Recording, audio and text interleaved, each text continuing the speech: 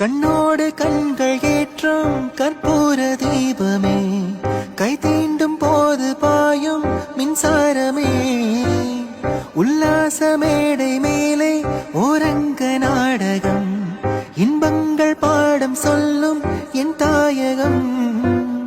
இங்கங்கு ஊஞ்சலாக நான் போகிறேன், அங்கங்கு ஆசை தீயில் நான் வேகிறேன். ஒன்றாக மோகனம் என் காதல் வாகனம், செந்தாமரை சிந்தேன் மழை என் ஆவி நீயே தேவி.